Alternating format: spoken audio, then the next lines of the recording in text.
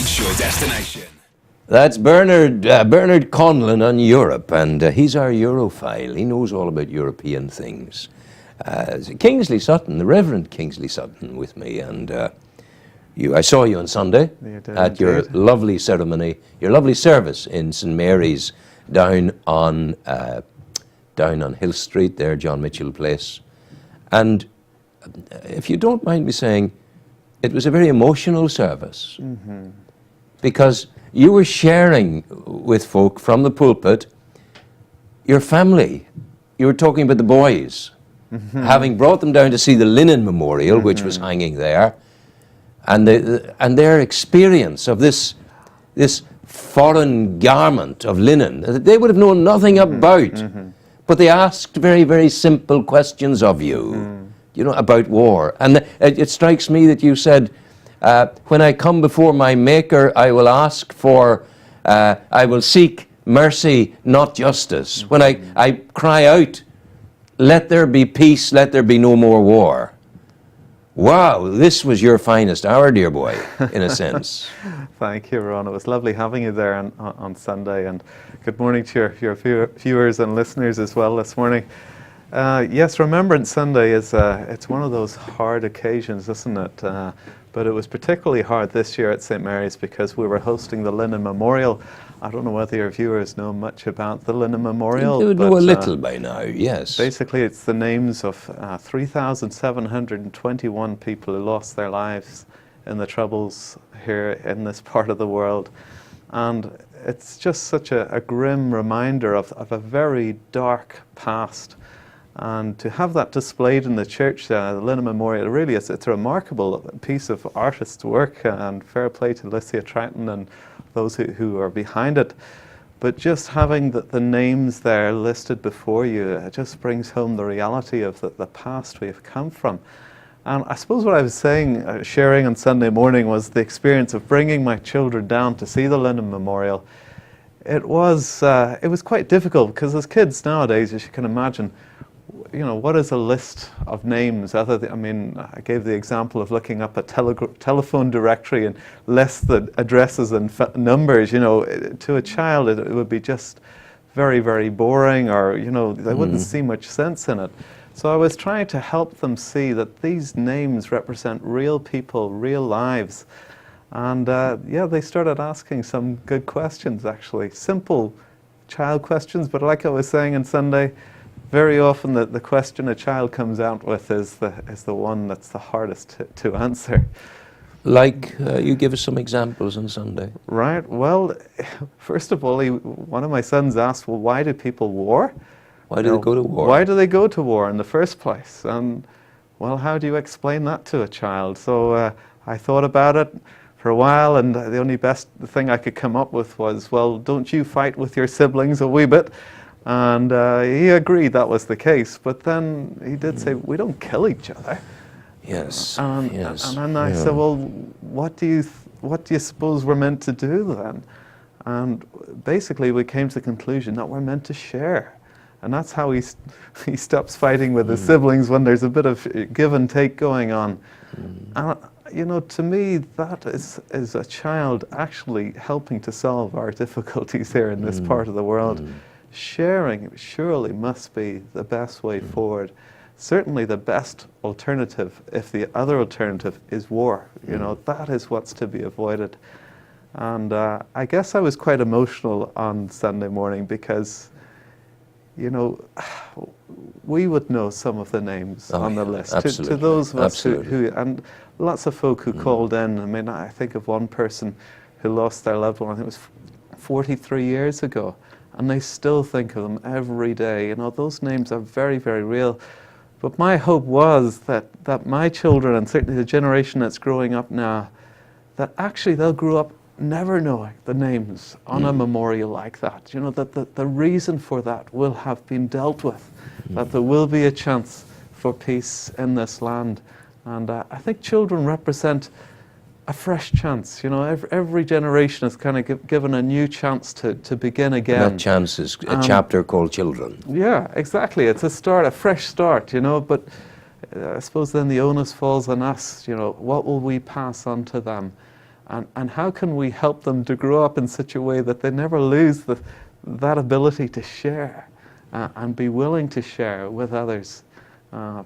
But when you're talking about life and death, it is a pretty emotional issue, though, isn't it? It is.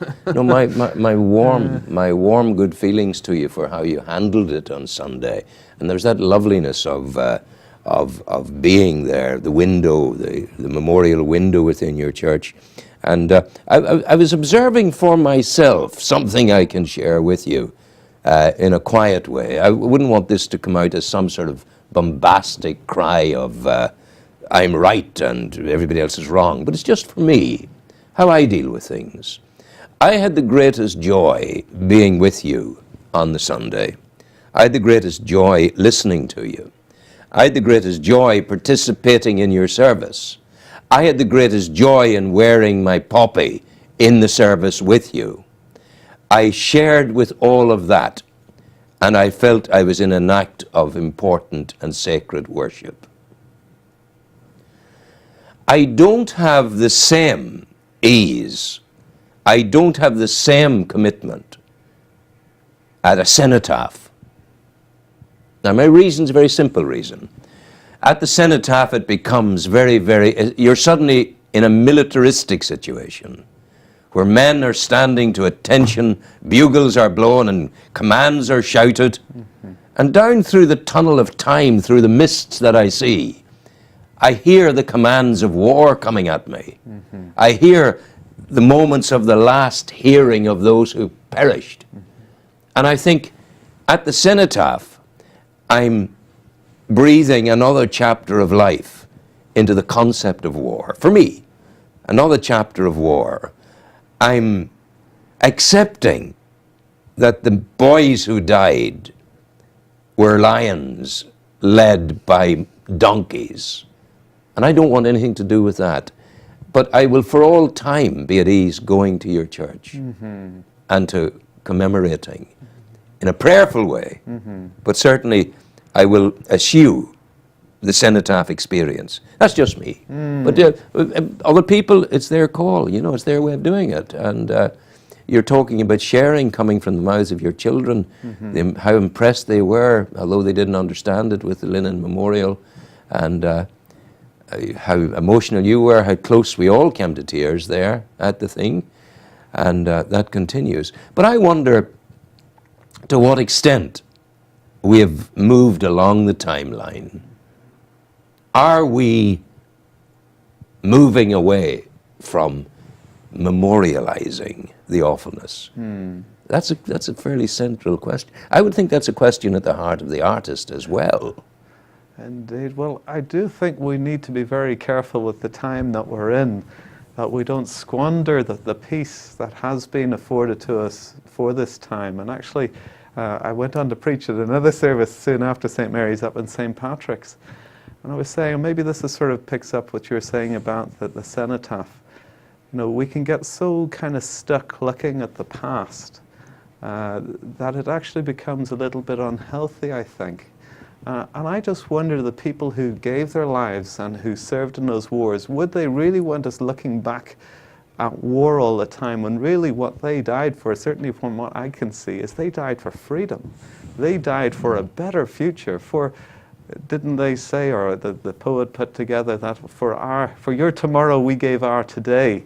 They wanted us looking forward, and actually that's what they were doing. They were looking forward as well. And I was asking the parishioners in St. Patrick's, hopefully it won't be seen as a kind of disrespectful thing, but when we look at the war memorial, perhaps if we could even change the name of it, rather than looking at it as a war memorial and looking back to war and all that goes with it, rather look to the future. And what I actually labeled it was as, rather than a war memorial, a plinth for peace. Wow, wow, wow, wow. A plinth for peace, that the names of these people here, they put their name to peace. They wanted peace to come in their time, just like we have a desire for peace in our time. And that's what I would hope too, that as we remember the lives that were laid down, that we're also looking forward. and using our day to the best that we can, just like they gave their day for the best that they could. But you know, my heart would be for the politicians and for all who are trying to lead us through here in Northern Ireland, or the north of Ireland, whatever way you want to look at it, that we don't go back into this polarized world where it's us and them. And really, it goes back to what we were saying earlier. It's about sharing. Sharing, yeah. And those are the words of a child. And I'm thinking of that lovely sort of apocalyptic passage from Isaiah 11 in the Bible, where it talks about the lion and the lamb being led together, and how that a child would lead them. You know, there's something very profound and even prophetic about listening to our children and being moved by them to follow what we actually know is right in our own hearts. But it's easy to squander that. It's so easy to snuff that out. And my hope would be that in this little bit of time, and like I was saying to the guys in St. Patrick's, that we have 2 war memorials, our plinths for peace up in St. Patrick's, and there's a gap between the Great War and the Second World War. And, you know, it's just so hard to believe that the Great War, as dreadful as it was, and yet only a number of years later they were going back to warring again. And it's like, will we never learn? Is there any hope for us? And surely if we go to our children and look in their eyes, they live with hope in their eyes. Let's follow the hope that they have and give peace a chance and do everything that we can to promote peace. And it can be uncomfortable at times. Yeah, indeed. And there's a cost to it. It's all very well glib saying there is rolling a cost up, to it. but are we willing to perhaps even lay down things which are very dear to us for the sake of peace? I was saying to you that I wore the poppy in your church.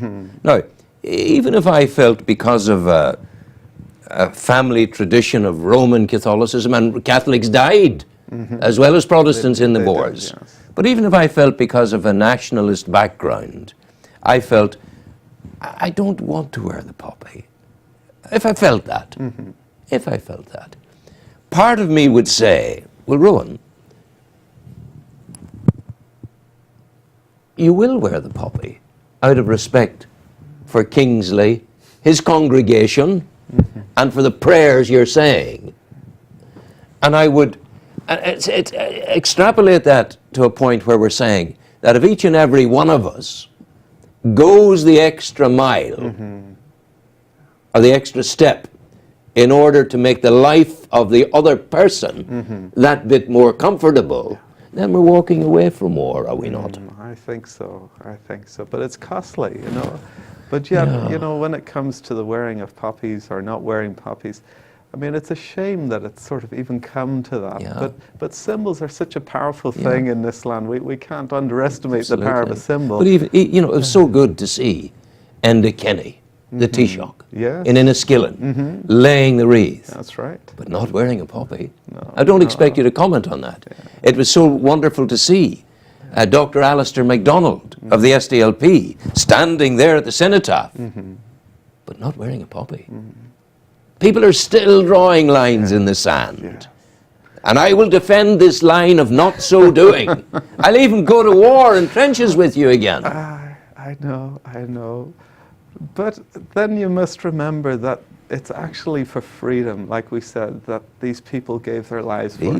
And surely it's not an insult to have the freedom to wear it or not to wear it.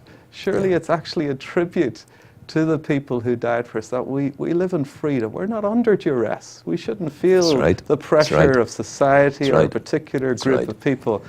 We have the freedom to wear it or not wear it. And I think that honors the dead even more than perhaps, well, Absolutely. I see, back to the Linen Memorial again. I have a vision. It's a very strange vision. Don't ask me to explain it in logical terms. But I see the trenches. I see the mist of dawn coming across the barbed wire and the fallen men who lie there dead. And in some kind of strange way, I see the white of linen coming out of the mist as the sun rises. across the valley of death. And as the white linen comes towards me, in some kind of ephemeral, magical, angelic moving way through the mist, it's coming and it's going, it's disappearing and it's appearing. And I'm seeing names coming to me in some kind of way, disembodied names, the names of folk who have died, our own people of recent times, the people of the Great War, the great-great-grandfather who died, this one, that one, the other one. And suddenly I see the truth of the Linen Memorial as a way forward, taking me by the hand almost and leading me out of the need to remember back. And maybe that's the final chapter of the Linen Memorial, that it creates within us that final piece of coming face to face with the names and saying, thank you, Linen. Thank you, the purity of the message. It's now time to go forward. Maybe, I don't know. I like that interpretation. We've Lucia Sutton here, the person who designed it. I think the linen is a way of remembering the past, but certainly, actually I referred to it on Sunday morning, you know, in the Hebrews would talk about the cloud of witnesses. Well, I described it, the linen, as the kind of shroud of witnesses who are trying to push us on to something better, something greater. And the voices of the past. Yes. There, giving us support. Yeah. Like the woman, Joanne Riley's mother, saying, I have no bitterness. It's gone. Yes. You know. And you think of Mary Wilson, who died, and her father letting her go as a sacrifice. I forgive. It's hard. I see. I'm not. I don't know what's time. I'm not naturally a forgiver. I could go to war very, very easily. Yeah. I have to work on it all the time. Do you understand that? Yeah. But yet I have the desire to be at peace with all. But I have to say, Rowan, stop. Behave yourself. Oh, that happens. That happens. Well, you're a good reporter. That's what you're looking for, the story. You want to get to the truth of things. So I wouldn't worry. Don't lose that in a sense. But we've had some lovely comments in the book on the Linen Memorial, and apart from, you know, the question why, which featured a lot. There was a lovely comment, just reaching for my phone there. I don't think I could find it in the time we have. But just to give you the gist. You're going to have to say prayer for us as well. It was basically a reflection on the Lord's Prayer, the Our Father, that they were there at the Linen Memorial. They'd seen the carnage, the names that are there, and they went on to say then, forgive us our trespasses as we forgive those who trespass against us. And, you know, that's about sharing as well, isn't it? It's about sharing the forgiveness that we receive as Christians, to be able to share that with others as well. Again, it's about a hope for a better future. So I'd like to thank Lucia and all those who helped put up the Linen Memorial. It really was a great aid to us. And if you have a chance, viewers here today, I think it's up in Bestbrook on the 14th of December. Absolutely, yeah. Check it out. It is a very helpful memorial indeed. Kingsley, we're in our last minute and a half. Maybe the Lord's Prayer would be nice. We could pray the Lord's Prayer, certainly could. Our Father, who art in heaven, hallowed be thy name. Thy kingdom come, thy will be done on earth as it is in heaven. Give us this day our daily bread, and forgive us our trespasses as we forgive those who trespass against us. And lead us not into temptation, but deliver us from evil. For thine is the kingdom, the power, and the glory, forever and ever. Amen.